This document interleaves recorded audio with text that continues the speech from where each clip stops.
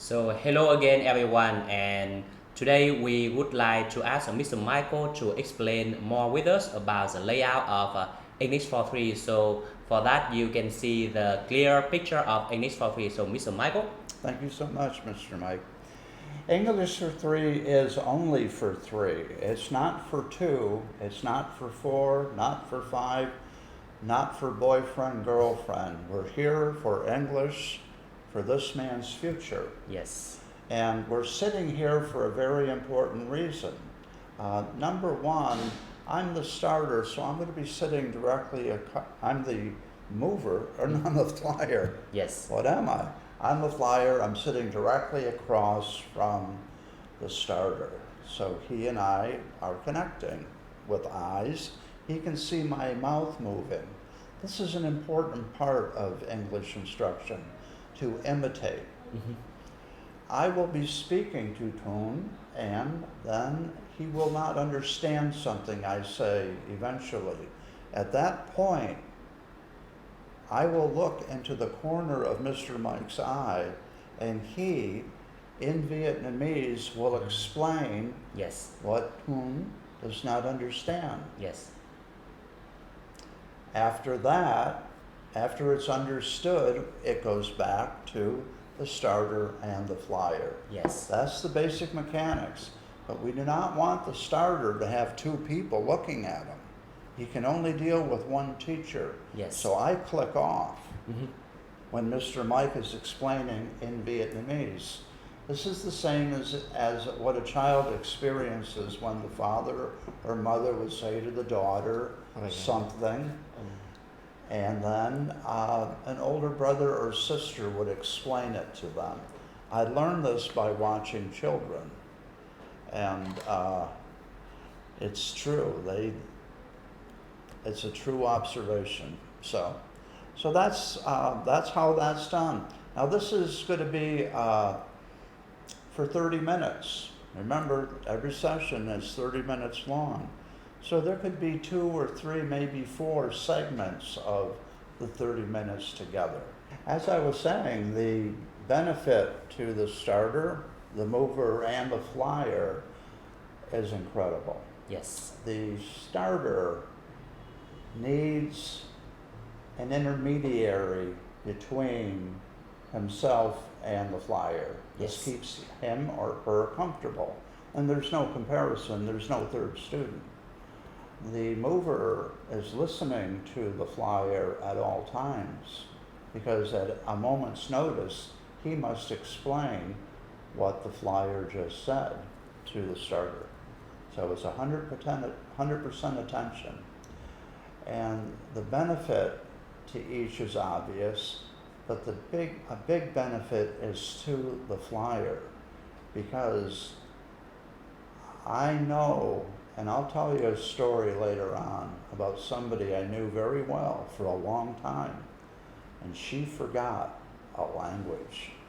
You can forget all the English you've learned at the English centers, you learned 8, 9, 10 years old when you were a teenager, in school, in university. You can forget all that very, very quickly. And I've seen that by experience in Vietnam with two young men who worked banking. And they learned English. A few years later, they had forgotten everything. But these are stories that I'll tell later. Mr. Mike will tell you, I've got a lot of stories. But what we want you to see now is how English for Three works in motion in a mechanism. Mm-hmm. And the mechanism is that Mr. Mike and I are teaching to him. Yes. And that this is how it's done. It's this simple. Don't expect something earth-shattering here. We're just doing what I've seen parents do with their sons and daughters, and they ended up 4 years old, fluent in Yes. English, fluent in Vietnamese for their age. So we're going to start first with just pronunciation. You have to see the importance of speaking out loud Just like with soccer, football, or guitar, you have to kick the ball, play guitar. And with English for Three, we must speak the words because we're not studying English here. This is the big revelation. This is the big truth. We're not studying English, we're imitating it. Yes. And why are we imitating it? Because that's what little kids do. And they end up at school, 5 years old, and they can speak to a teacher. Yes. And be understood and express concerns, doubt, excitement. So, but we have to learn to move our mouth Western. This is foreign to a Vietnamese student, and they have to imitate. You can't tell them, move your mouth Western, but you can do this. You can say the word pen. Pen. Pen. Pen. Say the word pen. Very good. Say the word ID. ID. ID. ID. ID is short. ID. Is short As short. for identification. Okay. Say the word identification. For Okay. Identification. person. Okay. Mr. Mike. Ok. Thì cái từ ID nó đại diện cho identification. Identification. Perfect. Perfect. Perfect. Identification. Identify. Define. Yeah. Cation.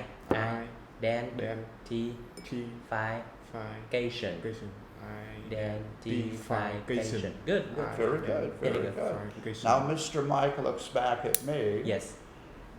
The starter looks at me, and I go on to the next thing. Say the word glasses. Glasses. A little louder.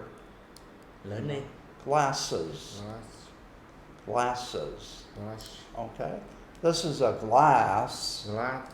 These are glasses. Could you explain that Yes. more fully? Đầu tiên là bạn phải nói lớn lên, nói lớn. Glass. Ok. Đây là kính. 1, 2, 1, 2. So, glasses. Glasses.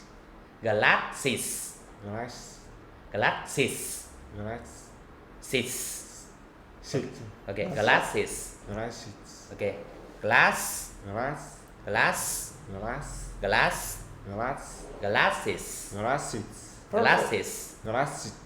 Glass. Very good.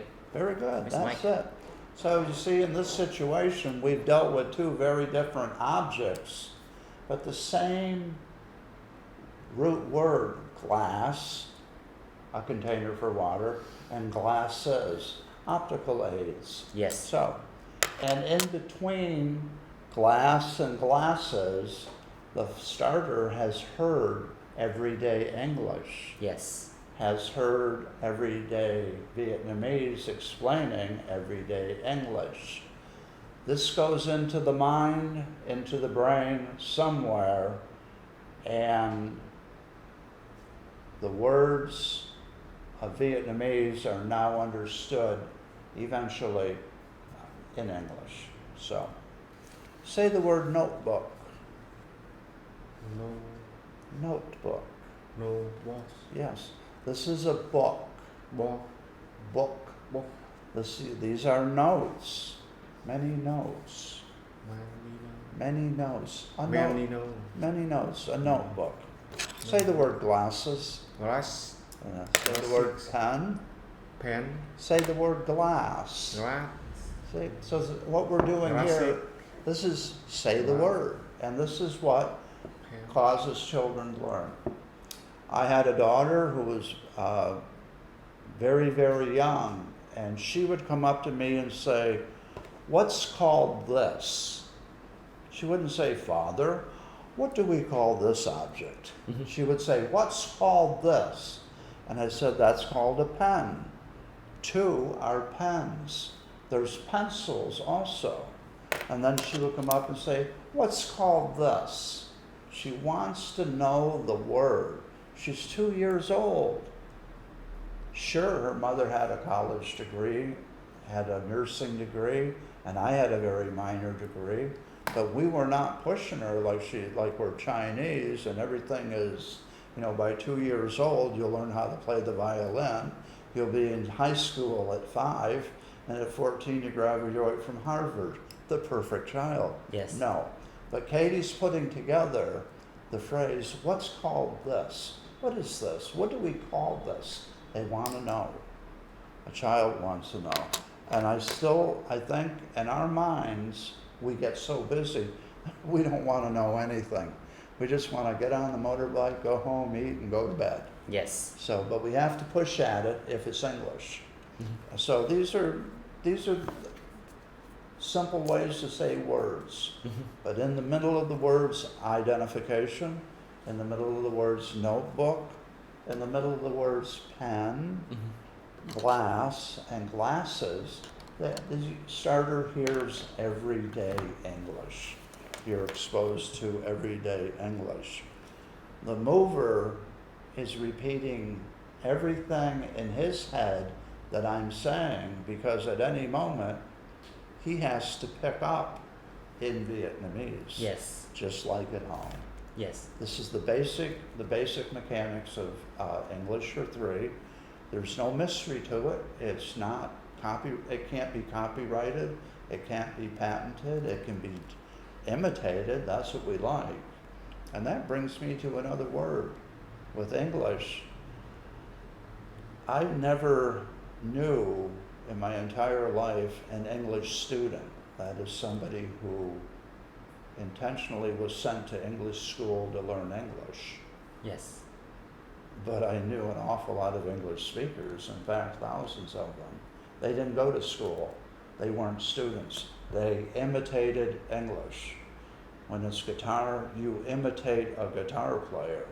When it's football, you imitate the football player. When it's the motorbike, you imitate the other motorbikes that are driving in a way that you want to drive. So the same with learning English. It's imitated, then it's understood.